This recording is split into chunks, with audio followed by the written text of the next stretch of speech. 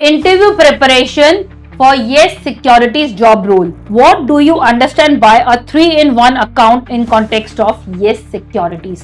आपको पूछा जा सकता है, कोई नया कस्टमर आपके पास आ रहा है, आप उसको कैसे बताएंगे म्यूचुअल फंड्स या आईपीओ, दोनों के बीच का रिस्क और रिटर्न पैरामीटर्स क्या हैं, क्लाइंट की रिक्वायरमेंट क्या है. If a client gives you negative feedback about our services, how would you use that feedback constructively. Customer के साथ कम्युनिकेशन क्लियर होगी, रिस्पेक्टफुल होगी, टीम्स में कोलैबोरेशन अच्छी होगी, उतना ही क्लाइंट खुश होगा. हेलो बच्चों, मैं हूं डॉक्टर पूजा दुआ और आपके पास लेकर आ रही हूं interview preparation for Yes Securities job role. हम आपके पास लेकर आए थे येस सिक्योरिटीज का जॉब रोल, जो कि येस बैंक की एक फुल्ली ओन सब्सिडियरी है. इनके पास जॉब अपॉर्चुनिटी थी क्लाइंट रिलेशनशिप एसोसिएट की at multiple locations in India.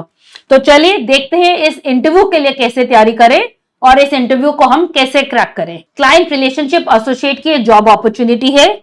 इसकी डिटेल्स आपको मिलेंगी हमारे यूट्यूब चैनल फाइनेंस वाला पे.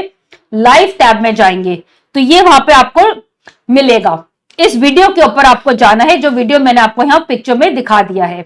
जब आप इस वीडियो पे जाते हैं, ये हमारा चैनल है फाइनेंस वाला और यहां पे आपको देखना है इस वीडियो को. ये वाला जो वीडियो है, इसमें आपको इस जॉब अपॉर्चुनिटी के बारे में सारी डिटेल्स मिलेंगी. कैसे आपको अप्लाई करना है, किस किस लोकेशंस पर ये अवेलेबल है इस सेक्टर, और क्या इसकी डिटेल जॉब डिस्क्रिप्शन है. तो चलिए अब बात करते हैं इंटरव्यू के बारे में. एप्लीकेशन भी मैंने आपको बता रही हूं एक बार दोबारा से. इस naukri.com पे आपको जाना है, लिंक मैंने यहां लिखा हुआ है. येस सिक्योरिटी सर्च करना है, फ्रेशर सर्च करना है और अपनी लोकेशन को सिलेक्ट करना है. तो आपको जॉब अपॉर्चुनिटी ओपन हो जाएगी, उस पर क्लिक करके अप्लाई नाउ पे आप क्लिक कर सकते हैं. एक्सपेक्टेड इंटरव्यू क्वेश्चंस, तो कुछ इंटरव्यू क्वेश्चंस मैं आपको दे रही हूं जो एक्सपेक्टेड होते हैं इस तरह के जॉब रोल्स में. What do you understand by a 3-in-1 account in context of Yes Securities? 3-in-1 account क्या होता है? तो 3-in-1 अकाउंट आपको मालूम होना चाहिए कि क्या होता है. इसमें आता है आपको सेविंग्स अकाउंट, डीमैट और ट्रेडिंग अकाउंट. तो जब ये तीनों अकाउंट्स आपस में कनेक्टेड होते हैं तब हम उसको 3-in-1 कहते हैं. It allows clients to seamlessly transfer funds from their bank account. जब भी मुझे कुछ बाय करना है मार्केट में तो मेरे बैंक अकाउंट से पैसे ट्रांसफर हुए, ट्रेडिंग अकाउंट के थ्रू मैंने परचेज किया मार्केट में, और होल्ड करी सिक्योरिटीज इन डीमैट अकाउंट. तो इन तीनों अकाउंट का डिफरेंस अच्छे से डिटेल्स में आपको स्टडी करना है. ये तीनों अकाउंट्स कनेक्ट होते हैं जब, तब उनको हम बैंक कहता है 3-in-1 account. In yes securities this integration is with yes bank. Yes securities जो आपको अकाउंट खोलेगी वो खोलेगी येस बैंक के साथ. Insures convenience, faster settlements and secure trading experience, all under one platform. सब कुछ एक ही जगह पे हो जाएगा. That is what 3-in-1 account means. So one of the very important question for these kind of job roles. How would you explain mutual funds and IPOs to a new client who is unfamiliar with investments? आपको पूछा जा सकता है, कोई नया customer आपके पास आ रहा है, आप उसको कैसे बताएंगे म्यूचुअल फंड्स या आईपीओस. आईपीओस होता है इनिशियल पब्लिक ऑफर. तो ये डिफरेंस आप कस्टमर को कैसे बताएंगे और कैसे रिकमेंड करेंगे कि कौन सा प्रोडक्ट उसके लिए सूटेबल है. तो इसमें हम आपको सैंपल आंसर दे रहे हैं. सबसे पहले आपने म्यूचुअल फंड को डिफाइन किया. It's a professionally manage investment where people pool their money to invest in different assets like stocks and bonds, और beginners and who wants diversification. It is good for beginners and people who are looking for diversification. So basically mutual fund क्या है? Mutual fund एक pool of money है जहां सारे investors ने अपना पैसा इन्वेस्ट किया और फंड मैनेजर ने उनको कुछ गेन्स जनरेट करके दिए. Whereas IPO होता है initial public offer, in which a company offers it shares to the public for the first time. It's a way investors become very early share holders. It's a way for investors to become very early share holders. तो IPO में हम तब launch करते हैं जब वो first time में company अपना शेयर मार्केट में लेकर आती है, और म्यूचुअल फंड्स में हम म्यूचुअल फंड स्कीम में इन्वेस्ट करते हैं. वो स्कीम हमारी डिफरेंट शेयर्स में या अदर इन्वेस्टमेंट प्रोडक्ट्स में इन्वेस्ट करती है. तो इसमें जो आपको आंसर देना है ये तो हो गया basic difference in to.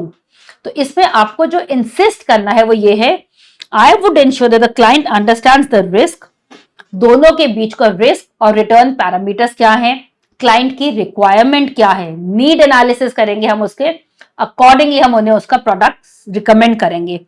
Risk and rewards before investing, customer का रिस्क रिवॉर्ड क्या है इन दोनों फंड्स में और उनके रिक्वायरमेंट कहां से मीट होती है। That is what you as a client relationship associate will do with the customer or investor. Question number 3, how would you identify cross selling or upselling opportunities with an existing client? इस job role में cross selling और upselling है, तो सबसे पहले आपको ये देखना है कि you will say I would analyse the clients investment profile, customer की प्रोफाइल क्या है, उसकी रिस्क टेकिंग कैपेसिटी क्या है, उनके गोल्स क्या है, उनकी पेइंग कैपेसिटी क्या है, उनके प्रायोरिटीज क्या हैं। सबसे पहले हमने ये किया। For example, if a client invest only in equities but seek stable returns, I can suggest them fixed income products like bonds. अभी तक वो सिर्फ इक्विटीज में डाल रहे थे, लेकिन अब उन्हें कुछ चाहिए जो फिक्स्ड इनकम का है, तो मैं उन्हें बॉन्ड्स या नॉन कन्वर्टेबल डिबेंचर्स दे सकती हूँ। वाइसी वर्सा, कोई लॉन्ग टर्म है, किसी को टैक्स सेविंग चाहिए, तो मैं उनको ईएलएसएस दे सकती हूँ। सो इस तरह से आपके पास डिफरेंट बुके ऑफ प्रोडक्ट्स होने चाहिए जिसकी नॉलेज आपके पास हो, ताकि आप वो चीज अपने इंटरव्यू में बता सके। Similarly for clients with higher risk tolerance, I might introduce them to alternate investment funds or portfolio management schemes. It totally depends on what is a client's requirement. It's about aligning client's needs with suitable yes securities offerings, not just selling but adding value. बच्चों, the moment आपने ऐसी एक line interview में बोल दी तो interviewer को भी लगता है कि हाँ, आप कस्टमर को प्रायोरिटी दे रहे हैं, कस्टमर को एक इंपॉर्टेंस दे रहे हैं, उनकी नीड्स को समझते हुए उनको प्रोडक्ट दे रहे हैं, सिर्फ बेचना आपका काम है ही नहीं। Question number 4, what steps would you take to handle a dissatisfied client who has faced issues with their online trading platform? मान लीजिए कोई कस्टमर है हमारा जिसने हमारा ऑर्गेनाइजेशन का ट्रेडिंग प्लेटफॉर्म यूज किया है और वो खुश नहीं है उससे, तो obviously he is dissatisfied, he is coming to you and complaining.